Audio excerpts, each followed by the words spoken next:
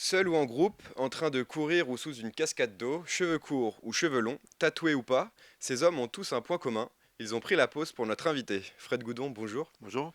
Vous êtes photographe, alors pour commencer, quelles sont les qualités principales que vous recherchez chez vos modèles photo? Être beau, c'est essentiel. Voilà. Après, la subjectivité du goût et des couleurs, je l'assume aussi complètement. Donc, être beau, c'est peut-être pas la vérité, c'est peut-être être à mon goût. Moi par exemple, est-ce que vous pensez que je réunis certaines de vos qualités que vous recherchez pour poser, ou bien est-ce qu'il faut vraiment être très grand, très musclé, être une espèce d'armoire à glace, ou bien est-ce que vous aimez aussi travailler avec des profils plus classiques? Oui, bien sûr, il y a tout style de modèles dans mon travail, dans mes photos en général. Donc, esthétiquement, voilà, être cohérent. Donc, la photogénie, en ce qui vous concerne, j'en doute pas. Voilà, parce que je vous vois. Après, la notion de corpulence, c'est justement d'être un petit peu quand même athlétique. Ça c'est important. Voilà. Alors vous publiez cette année deux calendriers, le calendrier Les Soignants et le calendrier Les Pompiers aux éditions First. C'est de celui-ci que j'aimerais que nous parlions aujourd'hui. D'abord, les droits d'auteur seront reversés à deux associations, Pompiers Entraide Internationale et l'association Challenge Ludovic Martin. Est-ce que vous pouvez m'en dire un peu plus, à la fois sur votre démarche et sur ces deux associations? Alors ma démarche, c'est de rendre hommage à cette profession, à ces valeureux pompiers qui ont un boulot harassant, compliqué, dont on ne parle pas assez souvent à mon goût. Donc c'était un moyen de le faire à ma manière. Donc vous savez, ma manière, c'est de faire des photos. Mon propos, voilà, il s'arrête par rapport à l'image. Maintenant, je suis ravi de pouvoir en parler avec vous ici. Mais le principe, justement, c'est par le biais de ces associations, d'arriver un petit peu à leur rendre hommage et puis à mettre en avant ces deux associations, donc le Challenge de Vic Martin et Pompiers Entraide International. Donc Pompiers Entraide International, pardon, oups, un peu, je l'ai dit rapidement. Pompiers Entraide International permet justement d'aller dans des périodes un petit peu comme en ce moment euh, dans le sud de la France où il y a des drames comme ça, donc de donner un coup de main, comme à l'étranger quand il y a des tremblements de terre ou ce qui s'est passé à Beyrouth récemment, d'aller justement donner un coup de main. Et le challenge de Vic Martin, donc rend hommage à Ludovic Martin qui est mort au feu il y a une dizaine d'années, et donc c'est un événement qui a lieu tous les ans et qui permet de lui rendre hommage. Voilà. Je me pose plusieurs questions sur ce calendrier. Et d'abord, est-ce que tous les pompiers sont-ils vraiment pompiers? Ils sont tous pompiers, ils ont tous à voir avec quelque chose des pompiers, donc il y en a qui le sont plus dans les calendriers, mais ils ont été pompiers ou ils ont été jeunes pompiers, À un etc. moment Donc ou à un voilà, autre. donc oui. Pompier un jour, pompier toujours. Comment est-ce que vous les avez choisis? Vous avez fait un casting ou est-ce que ce sont eux qui ont fait la démarche de parce qu'ils connaissaient votre travail? Alors, je vais vous parler du premier calendrier, celui que j'avais fait en 2015. Et donc, ce calendrier-là, ça a été un petit peu compliqué d'arriver à trouver des recrues pour le calendrier, justement. Et bah, je tiens à leur rendre hommage finalement, parce que c'est eux qui ont osé, c'est eux qui ont été les précurseurs, et ils m'ont fait confiance alors que ce calendrier n'existait pas. Et puis par la suite, c'était beaucoup plus simple, parce que étant donné que le calendrier a été un véritable succès et que les photos étaient esthétiquement au goût des pompiers, pour être très honnête avec vous, ça se bouscule un petit peu au portillon C'était plus maintenant. Donc, facile ah ouais, pour les donc éditions au suivantes. début, j'ai eu du mal à les trouver. Maintenant, c'est eux qui me trouvent facilement. Voilà. Comment est-ce que se déroulent les shootings? Vos modèles sont-ils pudiques? Comment est-ce que vous arrivez à les mettre à l'aise? Certains le sont, la pudeur, ça se respecte, parce que je suis moi-même pudique, donc finalement, c'est très simple de travailler avec des gens pudiques. Et donc, je leur impose rien. Et puis, quelqu'un qui est pudique, eh ben, il va pas poser nu, tout simplement. Donc, puis quand quelqu'un est justement à l'aise nu, ça m'arrange pour les photos évidemment, et on arrive à faire des choses un peu plus sensuelles, etc. Mais justement, c'est très consensuel comme travail, comme rapport à l'image. Où est-ce que se déroulent ces shootings justement? Est-ce que c'est en extérieur, en studio? Est-ce qu'il y a de la mise en scène? Alors, tout est prévu, à vrai dire. Les photos c'est comme un storyboard pour un film. Les photos sont prévues complètement, et on sait où on va, et justement, c'est pratique. Quand un modèle vient poser, comme j'avais fait les dieux du stade ou les autres calendriers, c'est-à-dire je dis au modèle, je montre un petit peu ce que j'ai envie de faire. Ça peut être par un dessin, ça peut être par une peinture que j'ai vue dans un musée ou une scène d'un film. Je lui montre un petit peu ce que j'ai envie de faire, et donc ça lui permet de savoir un petit peu quoi faire aussi. Combien est-ce que de photos vous faites pour n'en garder qu'une seule? Comment est-ce que vous y prenez pour choisir la photo qui vous plaît le plus?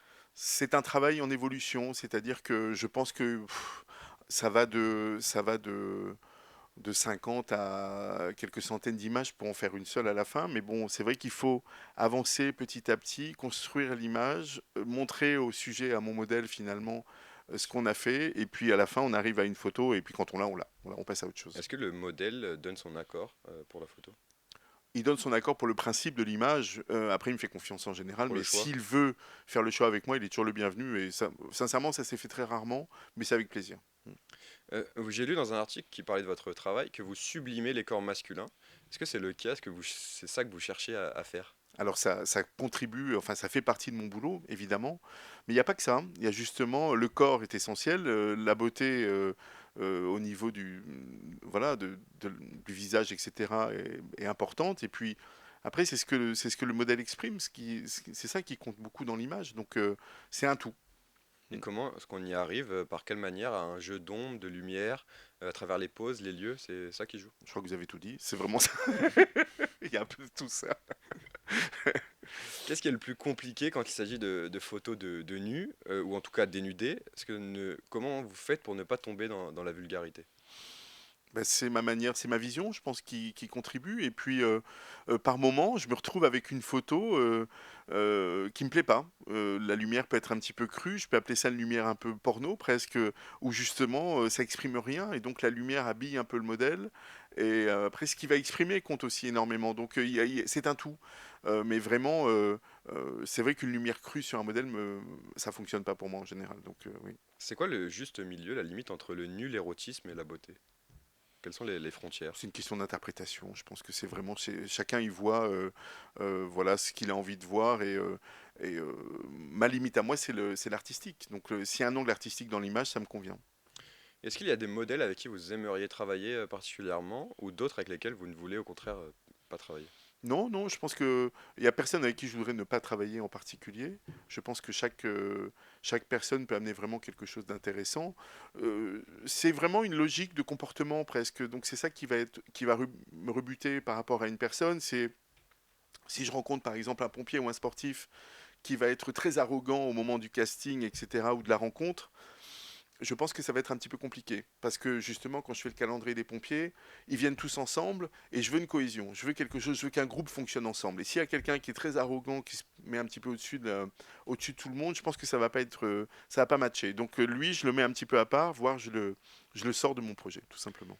Je voudrais à présent que l'on parle d'un autre calendrier, le calendrier des soignants, je sais qu'il vous tient à cœur. Ça vous semblait naturel de leur en consacrer un? Bah, je suis ravi d'avoir fait ça cette année. Je pense que c'est one shot, enfin j'espère, parce que c'est pour remercier toutes les personnes qui ont œuvré pendant toute cette période de confinement et encore aujourd'hui par rapport au Covid. Ça continue. Ça continue, hélas. Donc voilà, c'est un calendrier qui leur dit un grand merci et qui les met en avant pour une fois. Voilà, c'est bien fait. Et cette fois, aucun médecin ni infirmière n'était dénudé, ils ont pris la pose en blouse. Comment s'est monté ce projet? Donc à la base, je voulais faire un calendrier des soignants, des médecins un petit peu sexy. Et puis avec mon éditrice, nous avons décidé justement au moment du confinement de changer un petit peu la donne et de faire un calendrier justement qui remerciait les soignants. Donc le propos était un peu plus sérieux.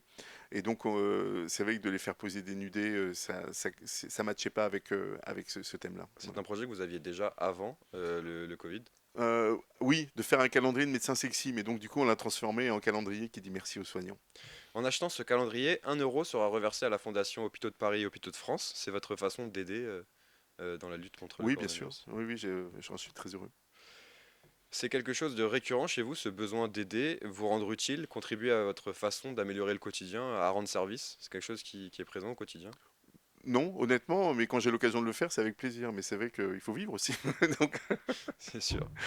Puisqu'il nous reste encore un peu de temps, on peut peut-être évoquer votre parcours. Rien ne vous prédestinait à être photographe de mode au départ. Vous avez commencé par le journalisme, la photographie de presse, puis ensuite il y a eu les États-Unis.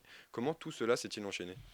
ça a été une histoire de belles rencontres finalement. Et le fait d'être parti aux États-Unis en tant que correspondant de presse voilà, j'ai pas persisté dans cette erreur finalement parce que ça me correspondait pas, c'est pas ce que je voulais faire. Et sur place, j'ai justement rencontré en particulier une personne qui s'appelle David et qui a été mon premier modèle et pour être très honnête mon premier amour. Et donc lui, des belles photos qu'on avait fait ensemble s'est servi de ces images pour se présenter dans une agence de mannequins. Et cette agence de mannequins lui a demandé qui avait fait les photos et donc ils m'ont proposé de faire des photos de leur modèle. Et voilà le début de cette histoire de photographe. Voilà.